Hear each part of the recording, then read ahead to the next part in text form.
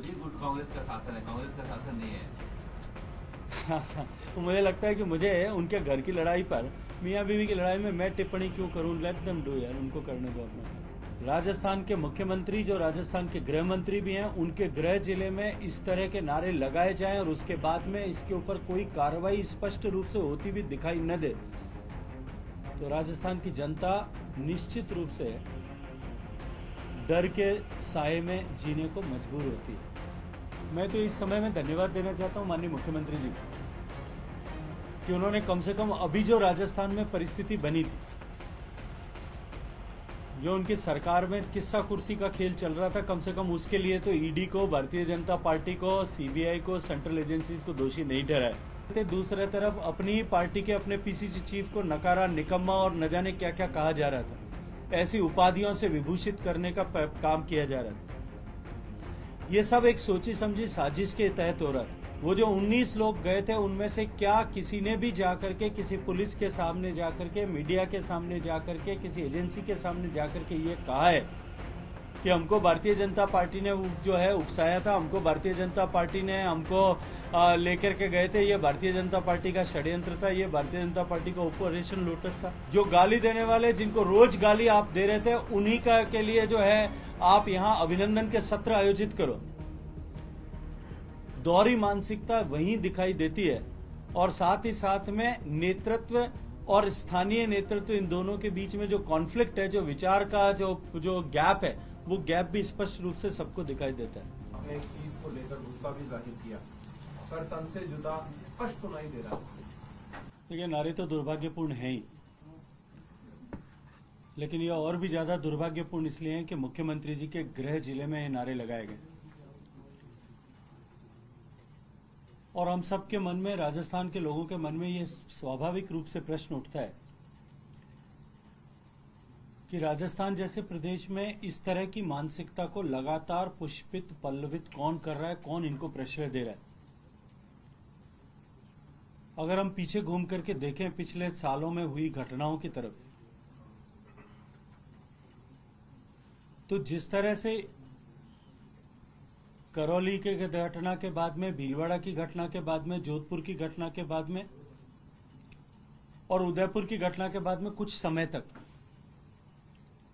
बाद में क्योंकि जांच एनआईए के पास में चली गई थी, और इसके अतिरिक्त भी प्रदेश भर में जितनी इस तरह की सांप्रदायिक सौहार्द को बिगाड़ने, उन्माद को फैलाने और उन्माद के अतिरेक में जितनी भी घटनाएं की गई या इस तरह के उन्माद और वैमनस्य को बढ़ाने के लिए जितने भी कृत्य कुकृत्य किए गए,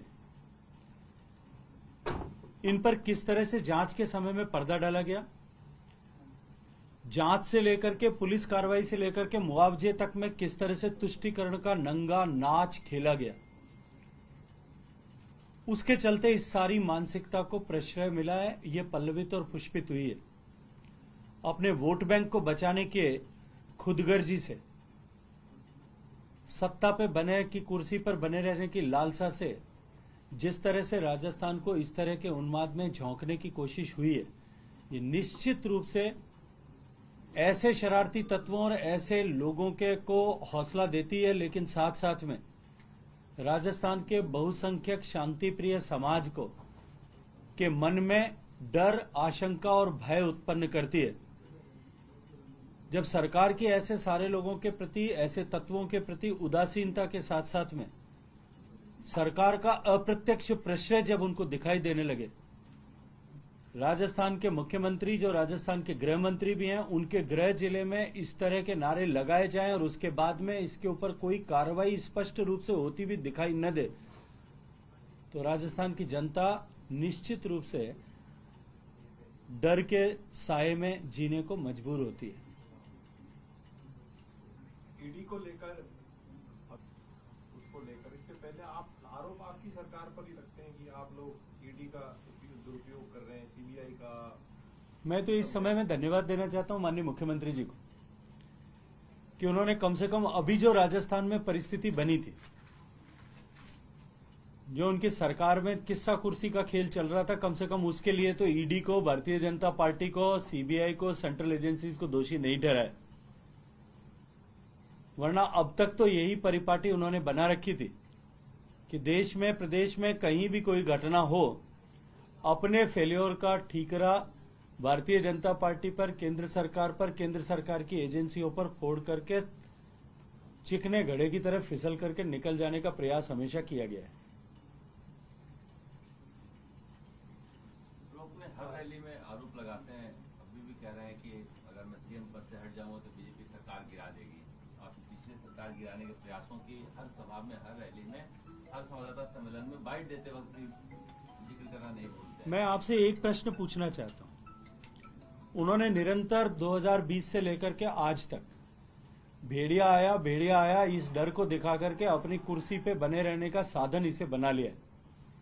मैं प्रश्न करना चाहता हूं कि 2020 में जो घटना हुई थी, कांग्रेस की अंदरूनी कलह जो 2018 से निरंतर हम सबके सामने, आज राजस्थान पूरा देख रहा है। राजस्थान इस विषय को समझ भी चुका है।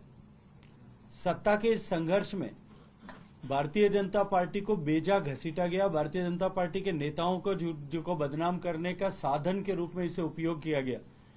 एक तीर से कई शिकार किए गए। वरना 2020 की उस घटना के बाद में जब ये कहा गया था कि भारतीय जनता पार्टी ने, केंद्र की सरकार ने कांग्रेस पार्टी के एमएलए को बाउंसर्स के बल पर रोक रखा है, उनके मोबाइल छीन रखे हैं, उनको बात किया नहीं करने दी जा रही है, उनको हॉस्टेज बना करके रखा गया। एक तरफ इस तरह के आरोप लगाए जा रहे थे, दूसरी तरफ अपनी पार्टी के अपने पीसीसी चीफ को नकारा, निकम्मा और न जाने क्या क्या कहा जा रहा था। ऐसी उपाधियों से विभूषित करने का काम किया जा रहा था। यह सब एक सोची समझी साजिश के तहत हो रहा था। मैं आज 2 साल बीत जाने के बाद में प्रश्न करना चाहता हूं कि इस पूरे 2 साल में वो जो 19 लोग गए थे, उनमें से क्या किसी ने भी जाकर के किसी पुलिस के सामने जाकर के, मीडिया के सामने जाकर के, किसी एजेंसी के सामने जाकर के ये कहा है कि हमको भारतीय जनता पार्टी ने जो है उकसाया था, हमको भारतीय जनता पार्टी ने हमको लेकर के गए थे, ये भारतीय जनता पार्टी का षड्यंत्र था, ये भारतीय जनता पार्टी का ऑपरेशन लोटस था? अगर उन 19 लोगों में को आपने वापस, जिन्होंने बाद में ये कहा कि हम अपने आला कमान से बात करने के लिए आए थे, हमें समय नहीं मिला था, अब हमें समय मिल गया, हम वापस आज जा रहे हैं। जब आपने उनको मंत्री पद से नवाज दिया, जब आपने उनको मंत्री बना दिया, बोर्ड्स के चेयरमैन बना दिया, उन सब लोगों को जोड़ दिया, उसके बाद में भी आप भारतीय जनता पार्टी पर निरंतर और बीजेपी के नेतृत्व पर निरंतर दोषारोपण कर रहे हैं। मुझे लगता है कि अब लोग इस भेड़िया आया की कथा को समझने भी लग गए, और समझने के बाद में अब उस पर ध्यान देना लोगों ने बंद कर दिया। एक सर, उन्होंने क्या लगता है जानबूझ कर लिया है या फिर नहीं? अब प्रश्न ये खड़ा होता है कि जहां राहुल गांधी जी एक बार भारत के ऐसे सारे उद्योगपतियों का नाम लेकर के भारतीय जनता पार्टी नरेंद्र मोदी जी को कटघरे में खड़े करने का प्रयास करते हैं, जब वो देश के किसी और राज्य में जाकर के काम करें, किसी और क्षेत्र में जाकर के काम करें, तो वो सत्ता द्वारा पोषित कॉरपोरेट ऐसी श्रृंखला में आते हैं। लेकिन यदि वो राजस्थान में आकर के काम करें, राजस्थान में आकर के निवेश करें, निवेश करने के लिए आप उनको रेड कारपेट बिछा करके वेलकम करो, उनका स्वागत करो। जो गाली देने वाले, जिनको रोज गाली आप दे रहे थे, उन्हीं का के लिए जो है आप यहां अभिनंदन के सत्र आयोजित करो। दोहरी मानसिकता वहीं दिखाई देती है, और साथ ही साथ में नेतृत्व और स्थानीय नेतृत्व, इन दोनों के बीच में जो कॉन्फ्लिक्ट है, जो विचार का जो गैप है, वो गैप भी स्पष्ट रूप से सबको दिखाई देता है। राजस्थान में विरोधी गुट कांग्रेस का शासन है, कांग्रेस का शासन नहीं है। मुझे लगता है कि मुझे उनके घर की लड़ाई पर, मियां बीवी की लड़ाई में मैं टिप्पणी क्यों करूं? लेट देम डू यार, उनको करने दो अपना काम। लेकिन लड़ाई उनके घर में है, और जिस घर में लड़ाई होती है अंततः वो घर टूटता है। ये मैं स्पष्ट रूप से आज तक अपने अनुभव के आधार पर कह सकता हूँ। एक तो पूरे राजस्थान में माहौल बना हुआ है, पैर काटे कड़ा निकाल जाता है, कहीं मैनहोल में गिर जाता है, इस तरह इतनी घटनाएं हो रही है। दुष्कर्म, बालिका कानून व्यवस्था, देखिए, बालिकाओं के साथ में दुष्कर्म होना, सरेआम लड़कियों की इज्जत लूटने का प्रयास करना, कॉलेज में पढ़ने वाली छात्रा को अपने हॉस्टल के सामने कपड़े फाड़ करके अपमानित करके उसके साथ में दुर्व्यवहार करने का प्रयास करना, सोई हुई मां के पैर काट करके उसके कड़े निकाल लेना, छोटी छोटी अबोध बालिकाओं के साथ में गैंगरेप होना, अत्याचार होना, गैंगरेप के बाद में सरकार का और पुलिस का उन गैंगरेप के पर पर्दा डाल करके छुपाने का प्रयास करना, और इतनी सारी घटनाओं होने के बाद में उन घटनाओं को बदतमीजी के साथ में बदतमीजी की पराकाष्ठा करते हुए विधानसभा के पटल पर उस लोकतंत्र के मंदिर में मर्दों का प्रदेश कह करके जस्टिफाई करने की कोशिश करना, उन सारी घटनाओं के लिए रिश्तेदारों को, नातेदारों को दोषित ठहराने का प्रयास करना, और बाद में बेशर्मी के साथ में कि हम ज्यादा केसेस रजिस्टर करने लग गए इसलिए ये नंबर बढ़ गया है, इस तरह से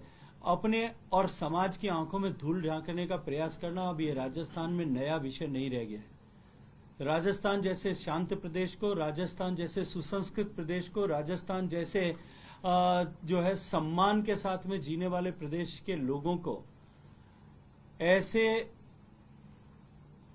भयानक स्थिति में लाकर खड़ा करने का पाप जो है राजस्थान के नेतृत्व ने, राजस्थान की सरकार ने किया है, और राजस्थान की जनता इसके लिए उनको कभी माफ नहीं करेगी। एक एक उंगली पर एक एक दिन गिन करके एक एक उंगली के पोर पर राजस्थान की जनता काट रही है। समय आने दीजिए, राजस्थान की जनता वो बदला लेगी कि इसकी कल्पना करके भी इनकी रूह आने वाले समय में कांपती रहेगी। अधिकार है कि वो जो लोकतंत्र के क्षेत्र में काम करता है, राजनीतिक क्षेत्र में काम करता है, वो जन आशीर्वाद की कामना करे, याचना करे, अभीप्सा करे, लेकिन जन आशीर्वाद के योग्य बनना नितांत जो है वो अलग पक्ष है। हम उसकी उस योग्यता की कसौटी पर वो कितना खरा उतरेंगे ये उनको आने वाले समय में पता लगेगा। ऐसी योजना है जिसको धरातल पर सफल वो ठहरा सकते हैं। चिरंजीवी योजना को कटघरे में उनके खुद के विधायकों ने खड़ा किया है। आप सब लोगों ने देखा है, विधायकों को धरने पर बैठना पड़ा, लोकसभा में विधानसभा के पटल पर प्रश्न उठाने पड़े। कौन सी ऐसी योजनाएं जो धरातल पर उतर गई?